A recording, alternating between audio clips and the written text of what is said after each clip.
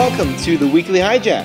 Hi, Jack. Hey, it's been about a month. It's been a long time. It's been a weird summer that's interrupted us, but we are finally back to begin season 2. So we had our break. You know? Yes, yeah, we had a little. Not as evil as the breaks used to be. True. So much lost. True, and there's certainly a difference in that we know what's going to happen this time. Yeah, well, yeah. Which is a little unfortunate, cause it's a fantastic setup for all kinds of stuff. The first scene. Yeah, should we just start with that? Sure, why not? Okay, so that first scene where you can't see the guy's face, it's Desmond. Yeah. And he's doing all this wake-up normal stuff. I mean, there's this computer thing he types in, but you don't know what that's all about. You see a lot of his living quarters without really realizing how important and there seems to be sunlight, you know.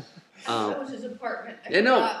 Well, the great thing is that it works so well in the show because it's set up flashback. So you just figure it's someone's flashback and they're just holding, you're not thinking it's going to be this double switch that you're inside the hatch. Yeah.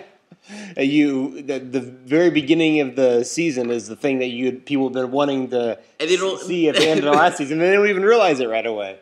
So, really curious how when your sisters see it, like how they react, because it's different for people. I think with Lost having been around, a little bit more familiarity with the buttons, the numbers, and the computer and the hatch and Dharma and all this stuff.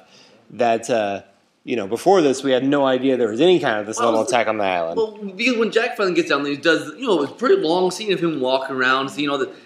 I was thinking, after the first season, you would have no conception that this would possibly be what's down here. Yeah. I mean, just weird paintings, some electromagnetic thing. Yeah. 70s computers. I mean, it's like, if anyone would have guessed what was down there, no one would have guessed that's what's down there. Which is what works so great about it, and so Jack's looking around like, what is this? No context for what any of this stuff is starting off. Afterwards, we know Dharma, it all makes sense, but then you're just like, why is there computers down there? Why is there a guy? And yeah. So I'll be curious, since your sisters are watching this for the first time separately. They're a bit behind us, but it'll be fun to see how much they kind of expect and how much their minds be, what? So that could be fun. And just throw Desmond in there too. Then, they set him up in the flashback run the stadium. Yes, where he jogs into our hearts. Exactly. And the great thing is that, we have this pretty intense flashback for Jack, about, at least personally for him. Mm-hmm. So you feel like, okay, having this guy come inside and teach him a lesson is not out of the ordinary. Necessarily. I mean, you might, if you're really honed in, you're like, this is a little suspicious. But it's interesting, they don't do anything fancy with how they introduce him or anything, or show his face specially. It's very natural. In the moment, sort of thing. Moment, yeah. Yeah, I can see that, yeah.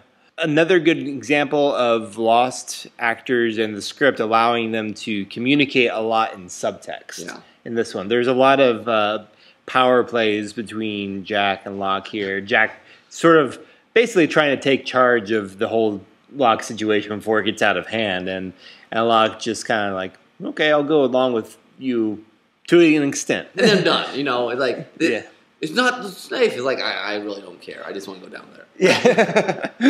Speaking of which, it's called, this is the episode Man of Faith, Science, Man of Faith. And a lot of times say, oh, it's Jack and Locke. But at least in this episode, it's Jack. Jack is both. Both? Oh, he's got the miracle thing going on. A little bit, yeah. I mean, you can almost say Desmond's the man of faith. That's true. Oh, that would make sense, too. I hadn't thought of that. Yeah. When the flashback scene starts and she says, dance at the wedding, even you hadn't recognized her as the woman. And it's very hard to recognize her in that scene. And in that makeup, the battered makeup. That line probably makes you think, oh, this is that woman. Yeah. And so it's interesting that they were able to make this much suspense out of it when already that's true. Jack was able to save her. Yeah. So interesting choice there, I think. And it really, like all good flashbacks, connects on multiple levels back with the present line storyline about about the whole faith versus science thing, even your bedside manner. yeah, exactly. The bedside manner to then Christian talking to him about that and false hope and you see a lot of different sides of Jack in both versions, and the kind of pessimism, but at the same time trying to instill hope. And he's at the same time struggling with it himself. Yeah. A lot of cool avenues there. It's a nice unwinding of, you got to the end and then it just slowly unwinds and you got a lot of characters, Hurley's great. Yeah. As always. Yeah, a lot of the consequences of, and at the same time, setting up a lot for what's to come. Yeah. Like there's a lot of stuff that happens in between Kate going down the hatch and then Jack arriving there that I think in the next episode or two, they show the reverse is like, okay, what happened after Kate went down and all that stuff. Interesting. Nothing about the raft. No. Oh, that's a good point. I mean, they allude to Walt and that really creepy image of him dripping wet. And yeah, that whole scene with Shannon is pretty bizarre as anytime the Whispers get involved, it happens. It's like, you get the sense that the Whispers want to help. Yeah. Sometimes. Like, they're trying to communicate at the very least whether they're helping or not. But they're like... And especially since Walt seems to have powers, it could just be his psychic distress causing such a thing. I wouldn't be surprised if, and the writers would probably never admit this, but I wouldn't be surprised if they actually had some sort of alternate idea of what the Whispers could be that they didn't wind up going with. Yeah. Just because, scenes like that with Walt appearing, I mean, I don't really have an explanation for even why Shannon saw Walt there. Yeah. Like maybe the Whispers were trying to communicate something went wrong with the raft, but super unclear. Yeah. But I don't know. It's just a thought. I don't have any idea, any conception of what other thing the writers might have planned for them, but sometimes I wonder if there was something else. Because I think later in season 3, Ben hears the Whispers when he's a kid, and then he thinks he sees his mom. Oh, yeah. So it seems like Whispers and visions are at least connected. What that means exactly, we're not completely sure. Mm-hmm. Because a lot of times it's dead people, like his mother. Right. Or Michael in season 6. Yeah, Michael toward the end, yeah. But Walt's not dead. No. So. But Walt had this funky psychic thing, so maybe... That's true. Maybe his psychic sense was... I don't know. Yeah, I don't know. But, yeah, it's one of those that... It doesn't not fit, but you feel like... It fits in with island weirdness. Yeah, exactly. It's not as clean cut as other things. Yeah. Did they ever find Vincent by the end of it? They never showed us whether they did or not. Yeah, I guess not. Vincent's I've always thought something was up with Vincent. Yep, that's another possible thread that... But nothing yet ever came of it. Yeah. Maybe there never was. They just like to use it as a premonition or a starting point or something. Yeah. Well, did we miss anything? I will say, I remember watching the first time. It was much more mind-blowing, obviously, than watching the second time, because you know what's happening. Second time, it almost moves too slow. I'm like, get down the hole. I know what's in that. Just get in there. I'm worried about whether they get to the computer and do what they have to do before something happens. and you don't know that the first time you watch. Yeah. Like, don't mess with that computer. That thing's important. Which, again, you do have to love the opening of the season with that first bleep, bloop, bloop. Yeah, but you don't even think about it, but that's like the sound of the season. Yeah. I mean, that's an integral part of Lost and it's awesome for like people who know it's coming, and then so it's fun when they play on two different levels of these things. Yeah, because they play it and they never come back to this episode. You know nothing about it. That's true. He types it in. Well, and I love that they show they're doing all him exercising and stuff. We're like, oh, this guy's just a work guy, and then he injects himself, and like that's weird. And then the alarm goes off. You're like, what's going on? And then he goes in the gun closet. You're like, this is not what you were set up. Yeah. The gun closet comes in. One surprise after another, yeah. And that gun closet is a bad deal later on. Yes. But they obviously had a complete plan for the hatch and Desmond and what they want to do with the season. I mean, there's no sense of like, they're just making up as they go. I mean, they set up very distinctly. This is what the season is going to be about. Yeah. And that's nice. Yes. That's a lot of fun. That's what makes this episode fun. And I wonder if the Walt thing isn't there partly to we haven't forgotten, to let that strand of tension to the raft. We haven't forgotten about the raft. We'll get back to that. And, it's a smart choice not to spread it out to...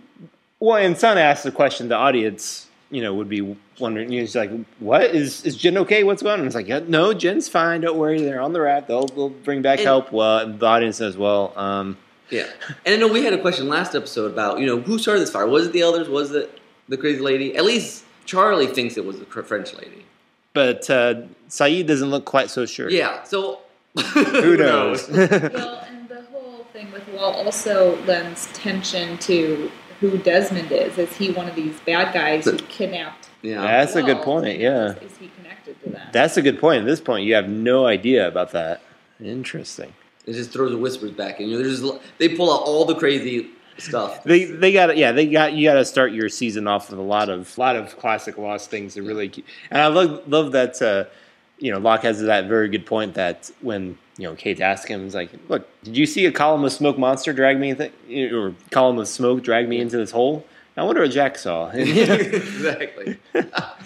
He doesn't undermine Jack's authority in certain things, but he will call him to question what some things that Jack assumes to be true. Well, it is interesting because Locke will get him on that, but then down in the hatch, Jack will be like, "This is your destiny? This is where all roads lead?" Like, yeah. Locke, what are you drinking? And that's the problem, that neither of them will, if they would come in the middle, they'd be about perfect. Yeah, closer anyway.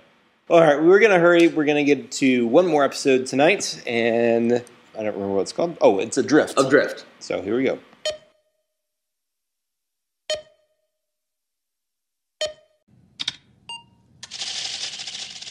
All right, so that was Adrift. Well, I guess you weren't watching Adrift. We just finished Adrift. Dun-dun. Fun trivia about this one. I believe, if I remember right, this was originally going to be a Sawyer flashback episode. Really? And it was one of the first, it was probably the only time they decided that it just wasn't working, and so they made it Michael episode at the last minute. It works better. I mean, Michael doesn't have the greatest flashbacks, but it's pretty good. I mean, it sets up really well. It sets up it sets up Michael's journey for the season pretty well. I mean, really, really wanting to get his son back. Yeah.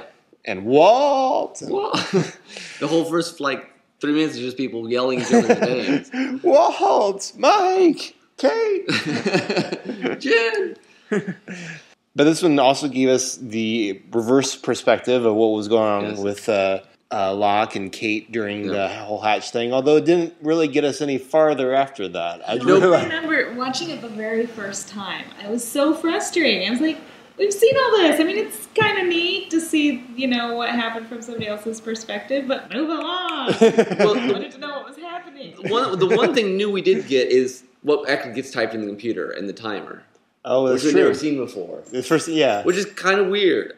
Yeah, okay, you're like... The numbers again? Yeah, they type numbers, and then there's this clock countdown thing. And Locke's like, what happens if I press this? You're like, just do it. There's a lot of... It's really fun to see Locke try to wait, what? Who are you? What's going on? Why are you stay down here? I have to say, and even though we only get a little more Desmond, it's really... And what's your name? He's like, my name? You get the sense that he's been down here. Yeah. Well, you got all those things on the wall, but he's not the same guy we saw in the flashback. No, not at all. He's definitely lost a few screws in the whole are you him?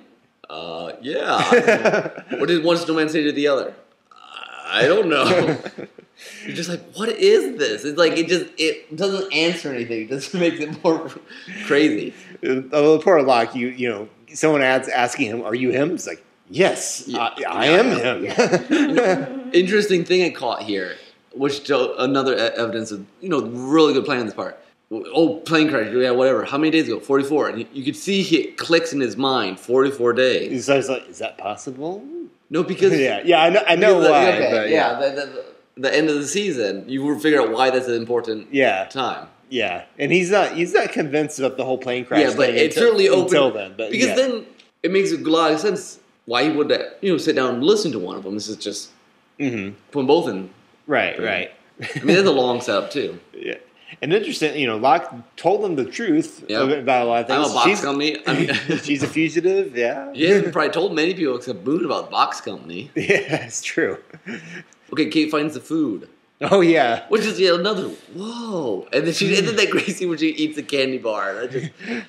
Kate doesn't get a lot of really funny scenes like that. That's true. No, she doesn't get a lot of comedic light scenes, but it's such a completely human, it's like, haven't had chocolate in and then she stuffs 12 of them in her pocket. Yeah. Oh, totally understandable. I think in a few episodes we have the Hurley trying to figure out what to do with all the food. Yeah, that's all. Well, it looks like episode 4 is everybody hates Hugo. Okay, yeah, I think that's the one that's about it. Yeah, the Michael flashback is nice setup. I don't know that it has a whole lot of new stuff. Yeah, it just kind of re-emphasizes his, and I guess his constantly getting put down and it adds that. Because you need that explanation. He hasn't known the kid that long, but this sort of obsessive, like, but I'm his father. Yeah. You know, that this sort of loyalty to being the father. Yeah. Which is basically the main note of his I think you get a big sense of Michael that his story never worked the way it was supposed to. And I don't mean that from a writer's perspective, but like from the way, like, Michael's own expectation of how his life was supposed to go, it never really went that way. Yeah.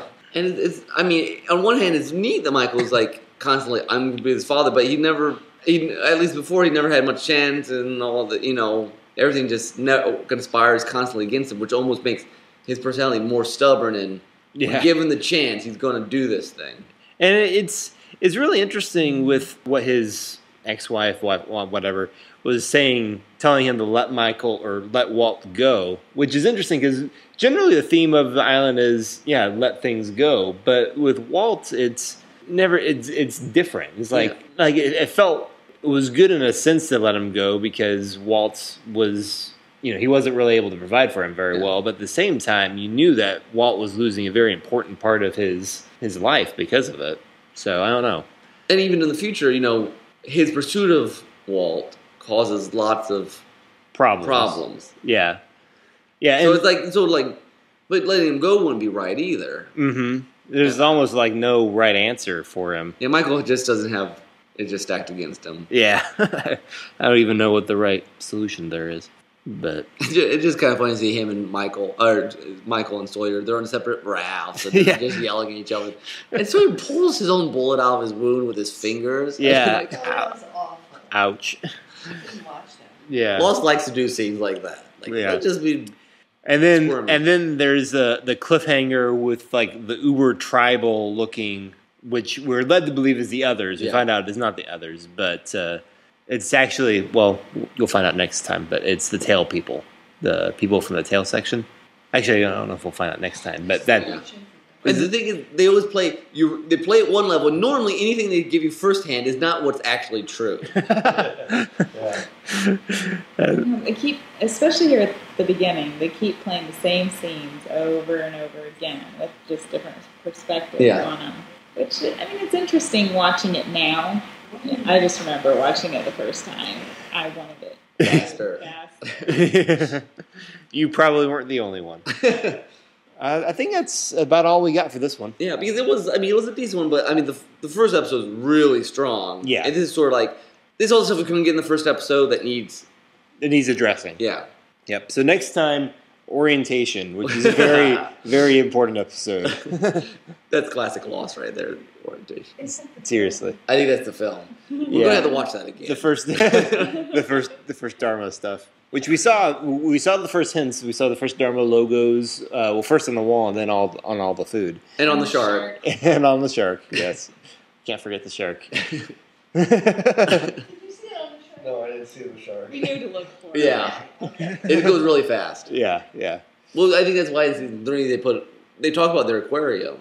Yeah, at some point. Because they experimented with, bears. A lot of animals, bears and sharks and stuff. So they do a good job of connecting the dots if you're willing to connect it for yourself. They don't do it for you. The beginning of this season was like jackpot for all the Lost theorists out there because they gave them so much like, what's this Dharma thing? And what's this hatch? And what are the numbers and the button and the computer and all kinds of stuff. Haley would be just amazed listening to you guys talk. Knowing about But it's spoiled too much. You can't do it. Yeah, exactly. That's why this is the rewatch. Yeah. We always label it that. All right then. I think that's good. Season 2, off to a bang. All right. Literally. Or beep. Or beep. You know what? You need to get that for like our ending tone for this while we're doing the second season. That'd be awesome. As long as it doesn't make it sound too much like 24.